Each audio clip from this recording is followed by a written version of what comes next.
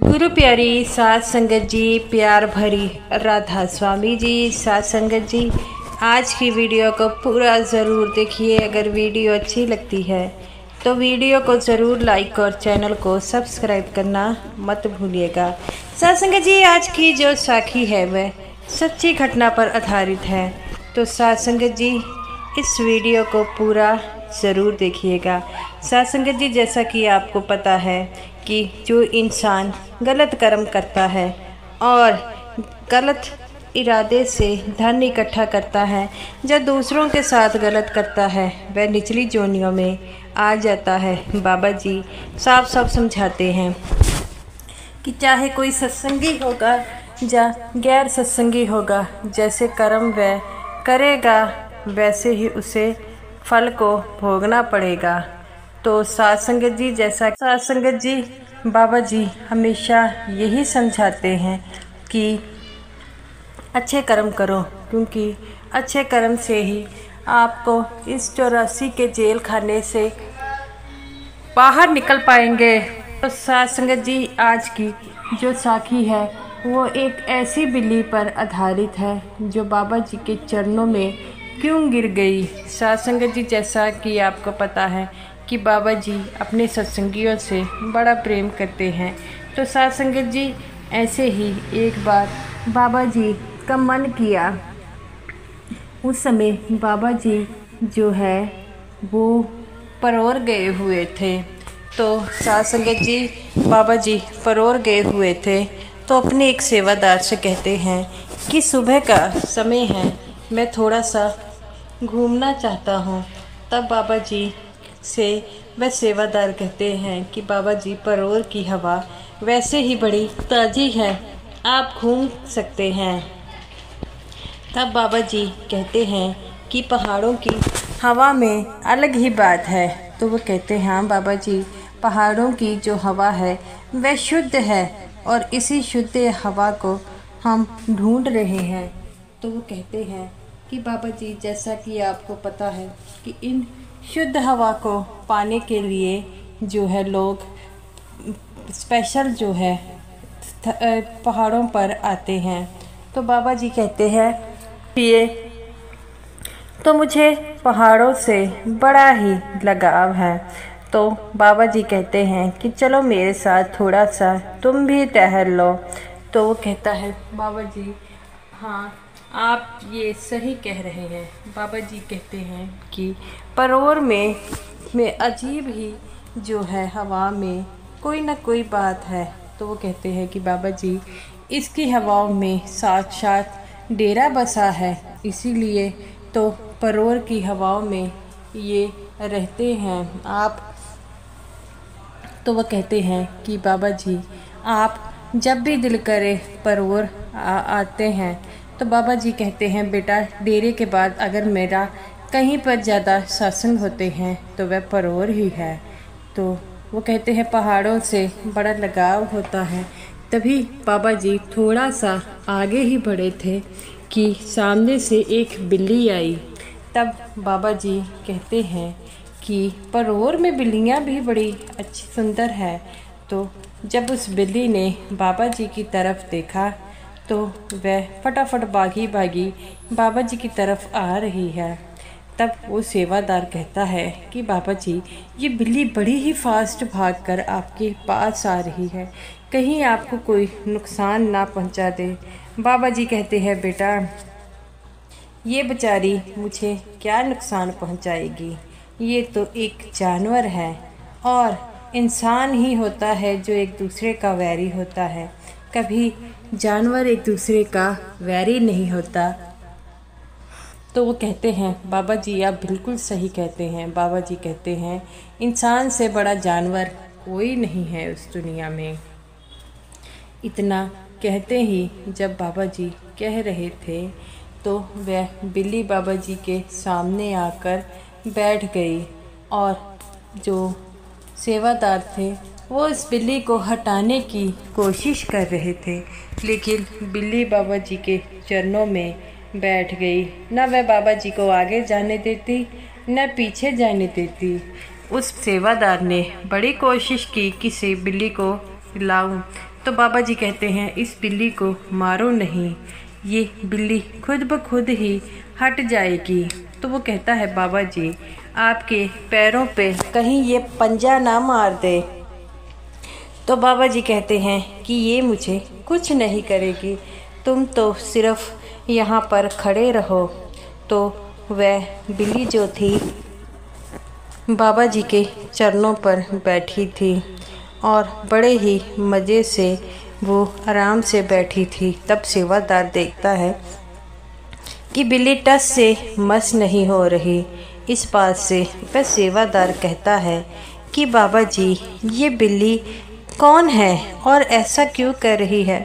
तो बाबा जी कहते हैं कि ये भी बेचारी कर्मों की मारी है, ऊपरी जोनी से इसे निचली जोनी पर आना पड़ा। तो वो कहते हैं बाबा जी क्यों, बाबा जी इसे निचली जोनी में क्यों आना पड़ा। मैंने तो सुना है कि जब एक बार कोई भी इंसान ऊपरली जोनी में चला जाता है तो वह निचली जोनी में नहीं आता। तो बाबा जी कहते हैं कि बेटा ये तुम्हें किसने कहा है। तब वह कहते हैं कि बाबा जी हमें सब कुछ पता है। तब बाबा जी कहते हैं कि बेटा तुम्हें कुछ नहीं पता, जैसे हम कर्म करेंगे उसी के बदले में हमें वो फल मिलेगा।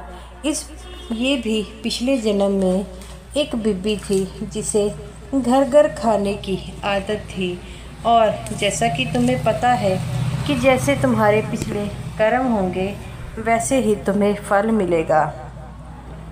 इस बीबी को भी जो है वह घर घर खाने की आदत थी। ये अपना घर छोड़कर दूसरों के घरों में खाने जाती थी और कैसे कैसी योनियों में से कैसे कैसे लोग धन लेकर आते थे। इसे इस बात की चिंता नहीं थी, इसे तो सिर्फ खाने की चिंता थी, जिसी कारण इसे इसी जोनी में से गुजरना पड़ा। तो वो कहता है कि बाबा जी लेकिन ये आपके चरणों में क्यों गिर गई।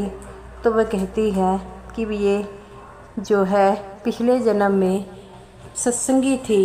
ये बात सुनकर उस सेवादार के रोंगटे खड़े हो गए।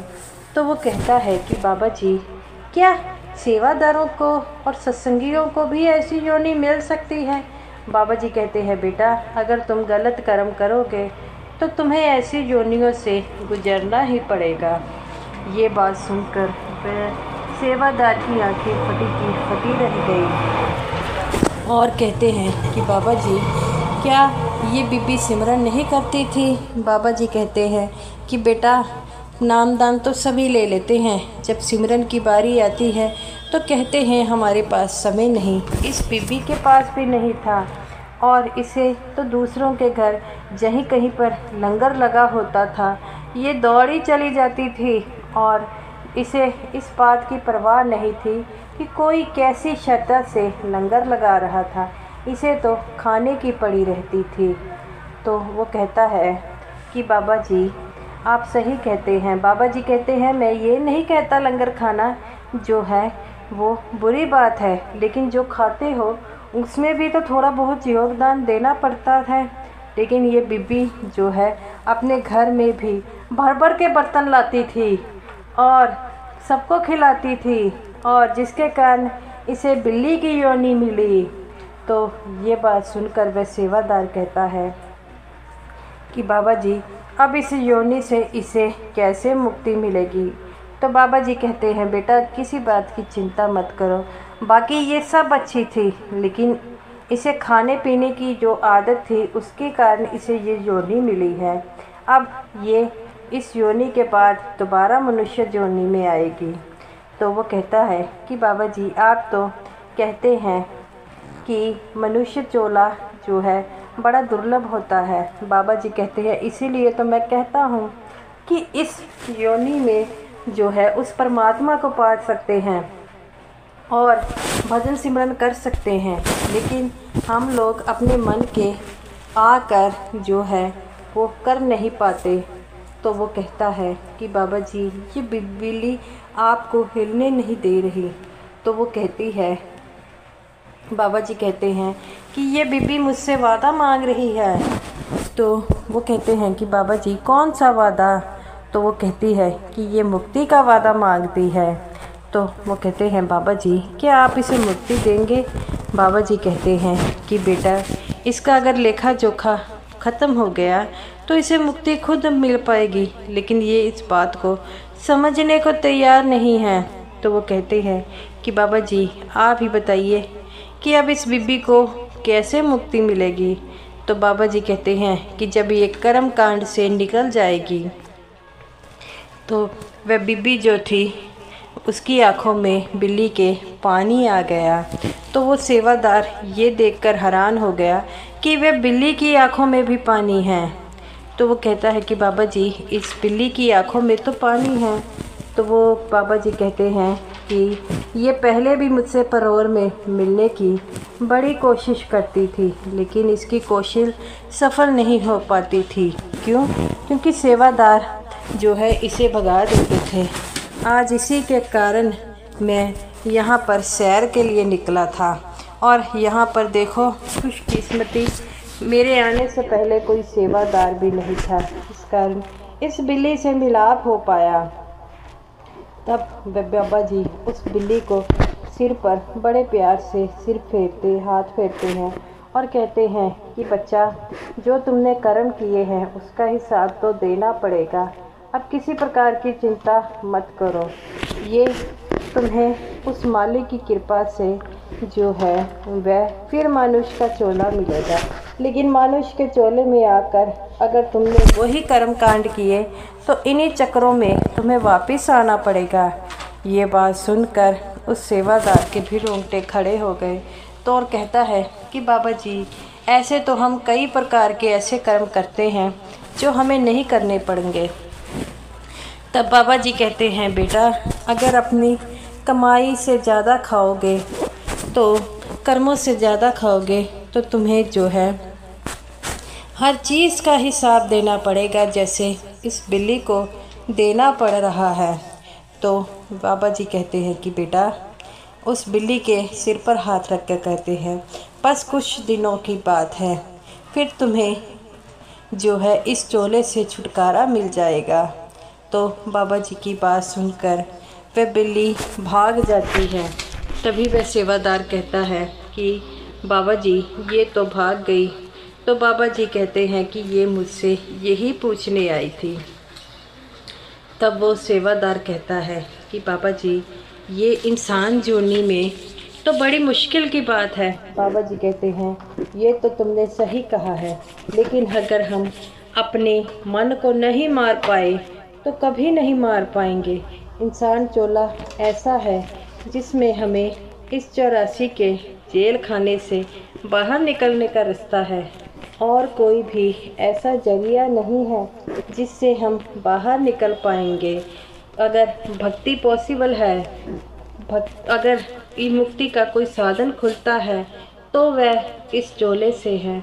वह सेवादार वहाँ पर खड़ा होकर कुछ सोचने लग पड़ा। तब बाबा जी कहते हैं बेटा क्या सोच रहे हो?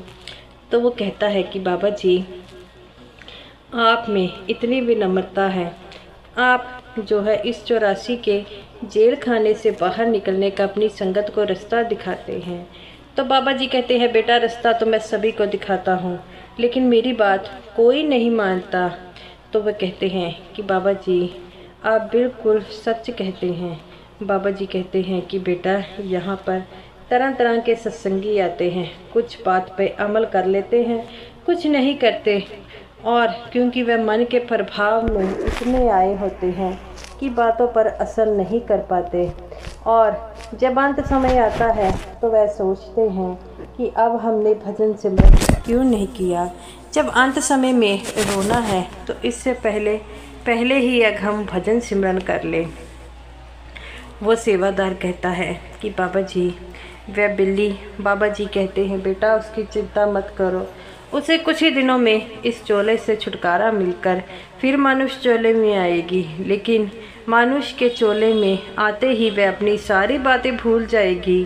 तो वह कहते हैं कि बाबा जी आप उन्हें याद नहीं कर। बाबा जी कहते हैं बेटा मैं किसी को याद नहीं कराता, सभी अपने कर्मों के हिसाब से फल भागते हैं और जो भजन सिमरन कर लेगा वही इस मालिक की कृपा का कारण बनेगा।